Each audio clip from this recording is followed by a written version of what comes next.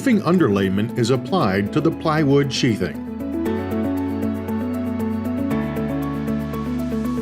Roofing underlayment is a water-resistant or waterproof barrier material installed directly onto the roof deck as an added layer of protection from severe weather.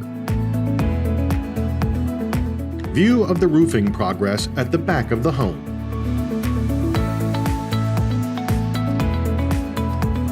Inside, the window openings are prepared for window installation. House wrap is applied to the exterior sheathing to provide weather resistance. Windows are installed. View of windows from the front and right sides.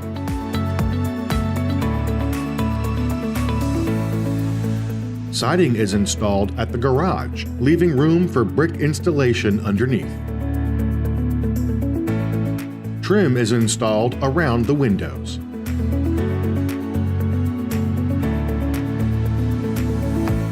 Siding is installed around the home.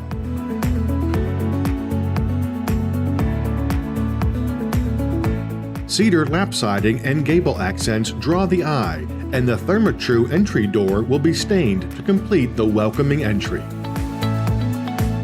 A metal chimney is installed and braced prior to roofing installation. The rear patio area and back of the garage are prepared for siding. More cedar gable vents are installed on the back and sides of the home.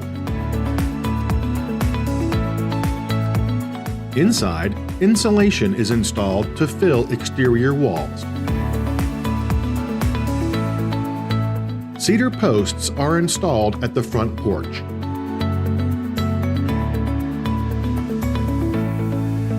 Cedar is a good choice for exterior accents due to its natural resistance to moisture, decay, and insects. Cedar siding is applied at the back patio as the cap for the yet-to-be-installed brick siding. Drip edge is installed over the painted fascia. Drip edge is a metal flashing installed at the edges of the roof to help direct water away from the fascia and protect the underlying roofing components. Shingle installation begins to complete the roof while exterior trim is painted white. As the roofing installation continues, electrical is completed at the soffit. Shingle installation continues. Shingle installation is complete. Ridge and gable vents will provide attic ventilation in the Texas heat. A ridge vent is a type of vent installed at the peak of a sloped roof that allows warm, humid air to escape the attic. A gable vent is designed to ventilate stale air from the attic during the summer and prevent rain and snow from dripping through. Brick installation begins. The city ordinance requires 40% of the exterior be brick siding. Brick is added to the front side of the garage to comply with the requirement. A ceiling fan and sconces are installed at the porch. The lake view from the Pate's front porch capitalizes on every sunset, even during construction. Drywall is delivered to the site. Drywall is a plaster mixture extruded between thick paper layers. It is used in interiors and can decrease mildew, increase fire resistance, and lower water absorption. Drywall is hung in the master bedroom. Ceiling drywall is hung. The kitchen and dining area. the living room.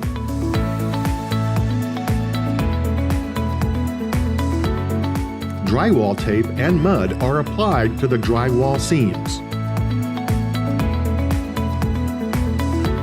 Also known as joint compound, drywall mud is a white powder of primarily gypsum dust mixed with water to form the consistency of cake frosting. It is used with paper or fiber joint tape to seal joints between sheets of drywall, creating a seamless base for paint on interior walls. The kitchen walls have electrical and plumbing components in place and are ready for cabinetry. Wall texture is applied, and interior doors are on site for installation. Walls are primed and interior doors are hung. Unfinished kitchen cabinets are installed.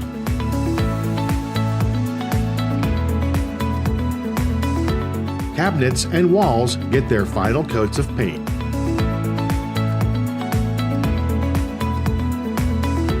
The final coat of paint is applied to the living room, and the beam at the apex of the ceiling is installed. Tile is installed on the floor as well as on the wall where the wood-burning stove will be installed. Kitchen countertops are in place.